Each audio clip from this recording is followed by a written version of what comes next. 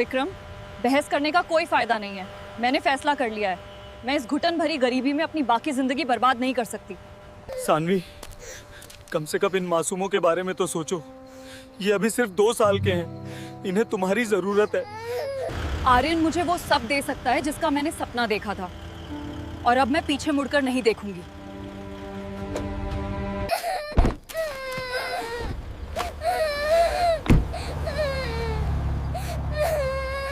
शहर की उन गगनचुंबी इमारतों की चमक के नीचे एक पुराना बदरंग सा दफ्तर था, जहां विक्रम अपनी जिंदगी के सबसे कठिन दिन काट रहा था। 23 साल की कच्ची उम्र, लेकिन कंधों पर जिम्मेदारियों का बोझ ऐसा कि चेहरे की मुस्कान कहीं खो गई थी। वह एक लॉजिस्टिक्स कंपनी में जूनियर मैनेजर था। दिन भर क्लाइंट्स की तीखी बातें सुनना और टारगेट्स के पीछे भागना उसकी मजबूरी थी। पर उसकी आंखों में एक अजीब सी चमक थी, जैसे कोई राख के नीचे दबी आग हो जो बस एक मौके के इंतजार में थी। उसी ऑफिस के अकाउंट सेक्शन में सानवी बैठती थी। सानवी सिर्फ सुंदर नहीं थी, उसके व्यक्तित्व में एक गरिमा थी। वह एक ऊंचे और रईस खानदान से थी, जहां सुख सुविधाओं की कोई कमी नहीं थी। अक्सर विक्रम और सानवी की नजरें टकराती। विक्रम का सादापन और उसकी मेहनत सानवी के दिल को छू गई। धीरे धीरे काम की बातें चाय के कप और फिर लंबी शामों में बदलने लगी। सानवी के पिता अक्सर कहते थे, रिश्ता वहीं करना जहां बराबरी हो। पर सानवी को विक्रम की ईमानदारी में वह दौलत दिखी जो पैसों से नहीं खरीदी जा सकती थी। जब सानवी के घर पर उसकी शादी का दबाव बढ़ा तो उसने एक निडर फैसला लिया। उसने विक्रम से कहा, अगर आज हमने खुद के लिए स्टैंड नहीं लिया तो हम उम्र भर पछताएंगे। विक्रम के पास महल नहीं थे, पर एक मजबूत कंधा था। एक तूफानी रात जब बारिश आसमान से कहर बनकर टूट रही थी, दोनों ने एक पुराने मंदिर में 7 फेरे ले लिए। उम्मीद थी कि परिवार मान जाएगा, पर सानवी के पिता ने नफरत की दीवार खड़ी कर दी। उन्होंने सानवी से सारे रिश्ते तोड़ दिए और अपने रसूख से विक्रम की नौकरी भी छुड़वा दी। अचानक वे दोनों सड़कों पर थे। वे एक नए शहर इंद्रप्रस्थ चले गए, एक ऐसी तंग गली में रहने लगे जहां सूरज की किरणें भी गरीबी देखकर रास्ता बदल लेती थीं। नौकरी की तलाश में विक्रम दर दर भटका, पर सानवी के पिता का प्रभाव उसके पीछे पीछे आ रहा था। कोई उसे काम देने को तैयार नहीं था। सानवी की आंखों में पहली बार बेबसी देखकर विक्रम का दिल छलनी हो गया। उसने अपनी डिग्री और सफेद कॉलर वाली पहचान को किनारे किया और एक कंस्ट्रक्शन साइट पर मजदूरी शुरू कर दी। वह युवक जिसने कभी भारी फाइल से ज्यादा कुछ नहीं उठाया था, अब चिलचिलाती धूप में अपनी पीठ पर सीमेंट के बोरे और ईंटें ढो रहा था। पसीना आंखों में जाता तो जलन होती, पर वह रुकता नहीं। रात को जब वह लौटता तो उसके पूरे शरीर में असहनीय दर्द होता। सानवी उसके फटे हुए हाथों को चूमती और फफक पड़ती। विक्रम बस अपनी मटमैली शर्ट से उसके आंसू पोंछता और कहता, पगली, ये पसीना नहीं है, ये हमारी आने वाली खुशियों की नींव है। शादी के 2 साल बाद उनके घर में 2 नन्हे मेहमान आए, आर्यन और कबीर। जुद्धवा बेटों की पहली चीख ने विक्रम को दुनिया का सबसे अमीर आदमी होने का एहसास कराया। लेकिन इस खुशी के साथ जिम्मेदारियों का पहाड़ा भी 2 गुना हो गया। 2 बच्चों का दूध, कपड़े और दवाइयां। विक्रम अब दिन में साइट पर मजदूरी करता और रात में पुरानी टैक्सी चलाता। नींद उसकी आंखों से जैसे हमेशा के लिए विदा हो चुकी थी। इधर सानवी के धैर्य का बांध अब टूटने लगा था। गरीबी की मार ने उसके स्वभाव को चिड़चिड़ा बना दिया था। अब वह मुस्कुराने वाली सानवी नहीं रही थी। रोज के झगड़े और तंगहाली के ताने अब आम बात थे।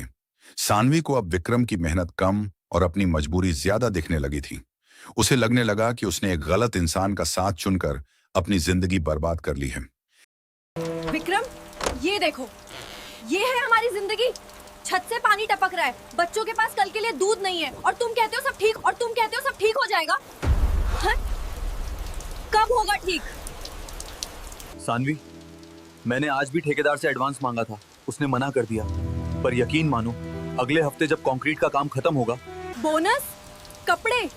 विक्रम, यहाँ दाने दाने के लाले पड़े हैं। मेरे पिता के घर में नौकर भी हमसे अच्छी जिंदगी जीते हैं, और तुम कहते हो सब ठीक। मैंने तुमसे प्यार किया था क्योंकि मुझे लगा था कि तुम कुछ बनोगे, पर तुम तो एक साधारण मजदूर बनकर रह गए। की हुई कमीज और ये पसीने की बदबू, अब मुझे इससे घिन आती है। अगर तुम्हें लगता है कि मेरी मेहनत एक बोझ है, तो शायद तुम मेरी सफलता के रास्ते में भी नहीं रहना चाहोगी। पर मैं हार नहीं मानूंगा सानवी, चाहे मुझे खुद को गला देना पड़े। मैं इन बच्चों को वो आसमां दूंगा जो तुमने कभी देखा भी नहीं होगा। टेक्सटाइल कंपनी के मालिक आर्यन विलेन से हुई। वह अमीर था, शातिर था और सानवी की बेबसी को भांप चुका था। उसने सानवी को महंगे तोहफे और विलासिता के सपने दिखाए। विक्रम काम के बोझ में इतना दबा था कि वह सानवी के मन में चल रहे तूफान को देख ही नहीं पाया। एक रात जब विक्रम दोहरी शिफ्ट करके थका हारा घर लौटा तो देखा कि घर का दरवाजा खुला था। सन्नाटे में सिर्फ 2 मासूम बच्चों के रोने की आवाज गूंज रही थी। सानवी का अलमारी खाली था। मेज पर एक छोटा सा नोट रखा था। विक्रम, मैं हार गई हूं। मैं इस बदहाली में अपनी जवानी और सपने खत्म नहीं कर सकती। आर्यन मुझे वह आसमां दे रहा है जिसकी मुझे जरूरत है। मैं उसके साथ हमेशा के लिए जा रही हूं। अपने बेटों को खुद संभाल लेना, वे तुम्हारी तरह ही मेहनती निकलेंगे। अलविदा। विक्रम के पैरों तले जमीन खिसक गई। उसे लगा जैसे किसी ने उसकी रूह को नोच लिया हो। वह आर्यन और कबीर को सीने से लगाकर पूरी रात फर्श पर बैठा रहा। उस रात उसने सिर्फ एक बात खुद से कही, अब किसी से कोई आस नहीं, अब बस मेरे 2 बेटे और मेरा काम। अगले ही दिन से विक्रम के जीने का तरीका बदल गया। उसने रोना छोड़ डाल दिया और अपनी मेहनत को एक नई दिशा दी। मजदूरी करते वक्त वह सिर्फ ईंटें नहीं ढोता था, वह सीख रहा था। वह रात को बच्चों को सुलाकर पुराने इंजीनियरिंग नक्शे और ठेकेदारी की बारीकियां पढ़ता। विक्रम ने गौर किया कि बड्ढे ठेकेदार मटेरियल में बहुत चोरी करते हैं। एक बार जब उसके मालिक का मुख्य मिस्त्री बीमार पड़ा तो विक्रम ने आगे बढ़कर कहा, साहब, ये दीवार मैं खुद ही करूंगा और गारंटी है कि मसाला एक रत्ती भी बेकार नहीं जाएगा। विक्रम ने वह काम इतनी सफाई और ईमानदारी से किया कि बिल्डिंग के मालिक की नजर उस पर पड्डे अंज गई। उस मालिक ने विक्रम को बुलाकर कहा, तुम मेहनती भी हो और ईमानदार भी। क्या तुम मेरे अगले छोटे से प्रोजेक्ट का सीधा ठेका लोगे? यह विक्रम की जिंदगी का टर्निंग पॉइंट था। उसके पास पैसा नहीं था, पर उसकी साख बन चुकी थी। उसने अपने साथ के 4 सबसे भरोसेमंद मजदूरों को साथ लिया। उसने उनसे साफ कहा, पैसे शुरू में कम मिलेंगे, पर हम खुद मालिक बनेंगे। उसने छोटे छोटे ठेके लेना शुरू किए। लोग उसे ताना मारते, जिसकी औरत भाग गई वो क्या घर बनाएगा? पर विक्रम सिर्फ मुस्कुरा देता। उसकी आंखों में अब अपने बेटों का भविष्य और सानवी को जवाब देने की आग थी। उसने अपनी पहली छोटी सी कंपनी रजिस्टर कराई, विक्रम एंड सन्स इंफ्रास्ट्रक्चर।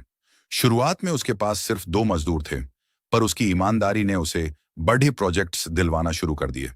वह मजदूरों के बीच बैठकर खाना खाता और उनके बच्चों की पढ़ाई का खर्च उठाता, क्योंकि उसने खुद वह दर्द झेला था। 5 साल बीत गए।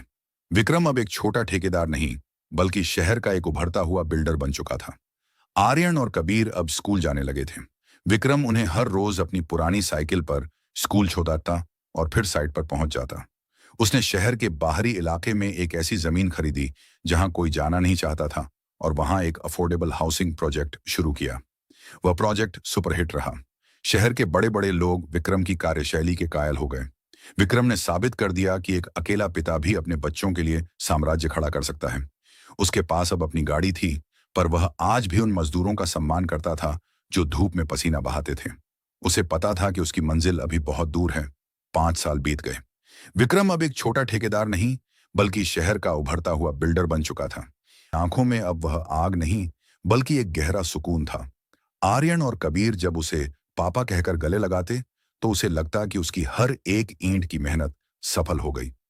उसने यह साबित कर दिया कि महल सिर्फ पत्थरों से नहीं, फौलादी इरादों से बनते हैं। समय का पहिया अपनी गति से घूमता रहा। 15 साल बीत चुके थे। इंद्रप्रस्थ शहर का नक्शा अब बदल चुका था और इस बदलाव के पीछे जिस इंसान का हाथ था वह था विक्रम। कभी ईंटें ढोने वाला वह मजदूर अब विक्रम एंड सन्स ग्रुप का चेयरमैन था। लेकिन विक्रम ने अपनी सफलता को अपने सिर पर नहीं चढ़ने दिया। उसने अपने 2 बेटों आर्यन और कबीर को महलों की सुख सुविधाओं के बीच नहीं, बल्कि संघर्ष की कहानियों के बीच पाला था। आर्यन शांत और दूरदर्शी था, जबकि कबीर अपने पिता की तरह ही जिद्दी और मेहनती। विक्रम अक्सर उन्हें अपनी पुरानी फटी हुई मजदूरी वाली शर्ट दिखाता और कहता, बेटा, यह शर्ट तुम्हारी असली वसीयत है। अगर इसे भूल गए तो यह साम्राज्य गिरने में देर नहीं लगेगी। दोनों बेटे अपने पिता के संघर्ष को जानते थे और उनकी आंखों में अपने पिता के सम्मान के लिए कुछ भी कर गुजरने का जुनून था। एक दोपहर जब विक्रम अपनी नई टाउनशिप का उद्घाटन करके ऑफिस लौटा तो उसने देखा कि सुरक्षाकर्मी एक बदहाल महिला को बाहर निकाल रहे थे। वह महिला कमजोरी के कारण ठीक से खड़ी भी नहीं हो पा रही थी। उसके चेहरे पर झुर्रियां थीं और आंखों में एक ऐसी बेबसी जो केवल वक्त की मार झेलने वाले के पास होती है। जैसे ही विक्रम की नजर उस पर पड़ी, उसकी रूह कांप गई। वह सानवी थी, वही सानवी जिसने उसे गरीबी के कारण छोड़ दिया था। आर्यन ने सानवी का इस्तेमाल किया और जब उसका बुरा वक्त आया तो उसे सड़क पर छोड़ दिया। सानवी ने विक्रम को देखते ही उसके पैर पकड़ ली। वह फफक फफक कर रोने लगी। विक्रम, मुझे माफ कर दो, मैं चमक धमक की दुनिया में अंधी हो गई थी। मुझे बस एक बार अपने बच्चों को देखना है। विक्रम ने धीरे से अपना पैर पीछे खींचा। उसके चेहरे पर न क्रोध था न नफरत। उसने शांत स्वर में कहा, सानवी, मेरे बच्चों की मां उसी दिन मर गई थी जिस दिन तुमने उन्हें अनाथ छोड़ दिया था। आज मैं जो कुछ भी हूं वह तुम्हारी नफरत और उस धोखे का परिणाम है। तुमने प्यार छोड़ा था, मैंने पसीना बहाया, आज हिसाब बराबर है। विक्रम ने उसे कुछ पैसे और रहने के लिए एक छोटा घर देने का आदेश दिया, पर यह साफ कर दिया कि वह कभी उसके परिवार का हिस्सा नहीं बन पाएगी। आर्यन और कबीर ने कंपनी की कमान अपने हाथों में ली। आर्यन ने आर्किटेक्चर की नई तकनीक से इमारतों को आधुनिक बनाया, वहीं कबीर ने जमीन पर उतरकर हर प्रोजेक्ट को समय से पहले पूरा किया। दोनों भाइयों की जोड़ी ने मिलकर विक्रम के नाम को पूरे देश में फैला दिया। जहां विक्रम ने पसीने से नींव रखी थी, वहीं उसके बेटों ने उस पर विश्वास की छत डाली। उन्होंने मजदूरों के लिए मुफ्त अस्पताल और उनके बच्चों के लिए स्कूल बनवाए। शहर के लोग अब उन्हें मजदूरों का मसीहा कहने लगे थे। विक्रम अब एक ऐसी ऊंचाई पर था जहां से उसे अपना बीता हुआ कल छोटा नहीं बल्कि प्रेरणादायक लगता था। प्यार का मिलना भाग्य है, लेकिन उसे निभाना चरित्र। जो लोग मुश्किल वक्त में आपका साथ छोड़ देते हैं, वे वास्तव में आपको खुद से मिलवाने के लिए आते हैं।